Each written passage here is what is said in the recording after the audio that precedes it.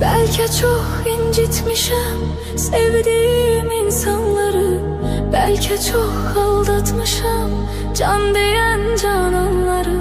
Sonda görmezden gelip ettiğim noksanları, var ümidim affedersen sen beni.